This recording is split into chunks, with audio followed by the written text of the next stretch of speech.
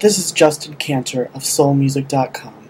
Today, I have the chance to speak with a gifted singer, songwriter, and multi-instrumentalist who attained his first big break as a contributing player and composer for the momentous funk band Slave. He next went on to spearhead the soulfully diverse Aurra and Deja, first with cohort Starlina Young, and then with partner Misty Day. After taking some time to produce for other acts, he returned to the artist fold a few years ago with 360 Degrees. Now, he expands on the heartfelt premise of that musical delight with Solo, a new double-disc effort which allows listeners further entry into his introspective composing skills and adept playing talents. Please welcome Mr. Curt Jones. From what I've read, you grew up listening to maybe not only some of the soulful artists, but you also listened to some of the big band sounds, is what I had read, like from your father's influence. Yeah, I listened to pretty much everything. Yeah, my father's influence. He played a lot of jazz in the house. Had all the greatest jazz records and things of that nature. And I listened to everybody from Lionel Hampton to Ray Charles to Kenny Burrell to you name it. It goes on and on. Mm-hmm. Yeah, and this kind of runs in my family because on my mother's side of the family, my mother's sisters sang with Motown when Motown was first starting. Oh, really? Were they in a group on the label? Right. They were called the Davenport Sisters, and they were on a subsidiary of Motown, which was called Tri-Fi back in the day. Oh, really? And, okay, cool. And they knew everybody. I mean, they all knew everybody. Marvin Gaye, they knew the Spinners. You know, everybody when everybody ate out of the same pot of beans. You know, Yeah. It was like Motown was getting off the ground, so they knew a lot of that, and they recorded with them. And before that, my grandfather, their father, used to have a big band, and his big band was called Davenport's Blue Rhythm Band. Oh, okay. And he played a bunch of instruments, and the jazz pianist Earl Father Hines, which started in his band, played in his band with him. So, was there a moment in time where you, for yourself, felt destined for a life in music, or was it kind of something that was like, you know, underneath the surface, like just from as far as you can remember?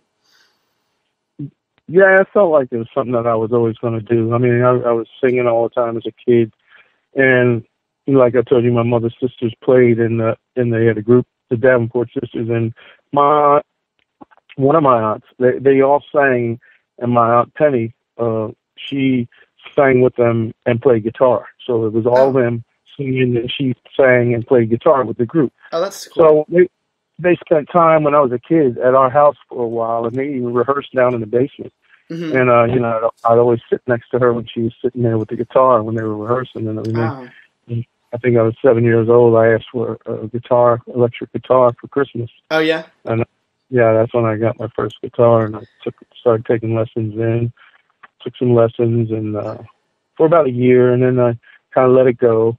Yeah, I wanted to do things that kids did. I wanted to join Cub Scouts and go out and play and all that. Mm-hmm. And then now 12, 13, when I got into junior high, and they had not just a marching band, but they had a stage band, and they had a rhythm section and everything. And I saw one of the guys playing guitar, and they were playing stuff. And I said, man, that's cool. I said, I can do that. And made me pick my guitar back up, and I never put it back down.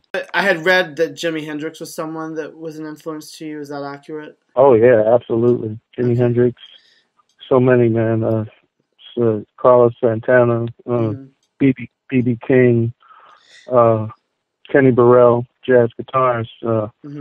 Just, man, I would just, my ears and eyes would just light up anytime I heard anybody playing guitar. But those guys were always, significant in what they, how they reached you and inspired you.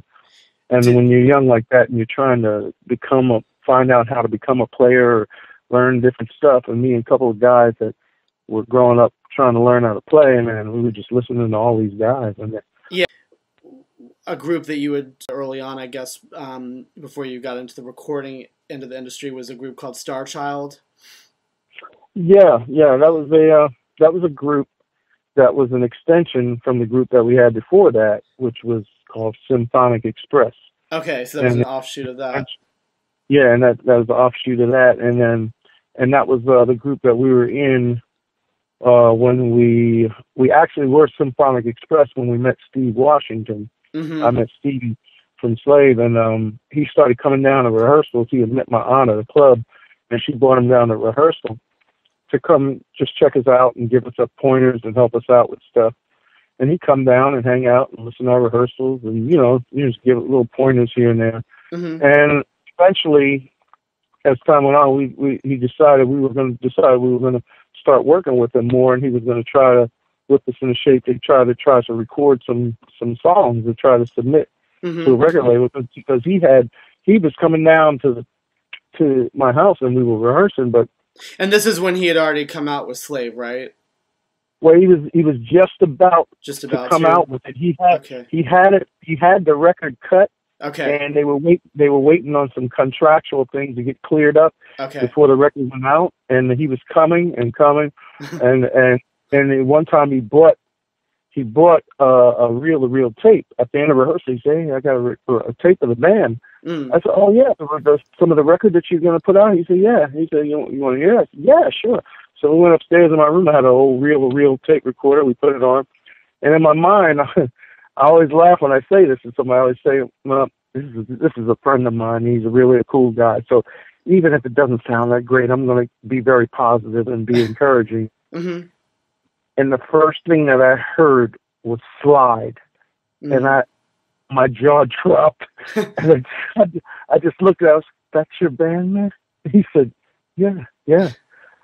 I said, "That's nice, man." I couldn't say another thing. I was blew me away. Taken aback, yeah.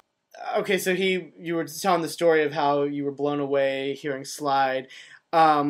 So what were the steps leading up to your actually joining forces? Because I think that Starlina came in on, if I'm correct, like the concept, and I think you came in on Just a Touch of Love, and you started writing with some of the band members. So, like, how did that all kind of play out?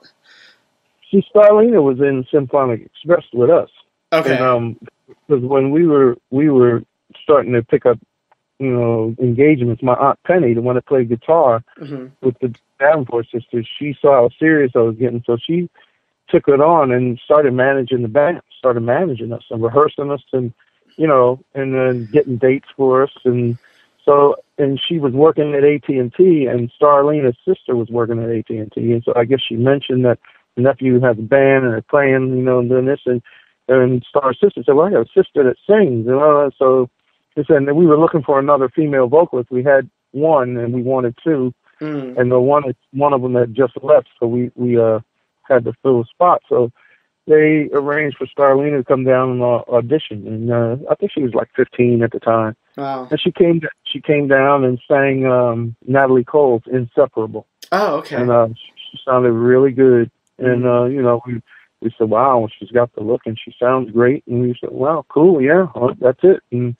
so she was in the band with us. So as that made the transition into Star Child, when we were working with Stevie, at some point it got to a place where we were working. He was trying to get us a deal, and then and I think our bass player had to leave. Mm-hmm. And he wasn't going to be able to stay with the band anymore, and he went out to California or something or whatever. I forget what the whole deal was, but so we were trying to find a bass player to fill the spot, and we never found the guy that we liked, and we never really continued that band. But in the meantime, Star, had went on with was going to go on and keep working with Stevie, and he asked me what I was going to do. I said, "Well, this is my band, and I'm the captain. I got to go down with the ship." So I was trying to find a bass player, and we never did.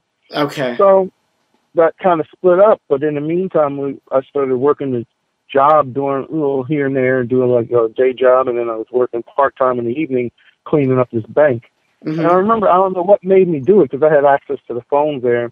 For some reason, I don't know what made me do it. I picked up the phone, I used to call people, and that one particular night I called Stevie.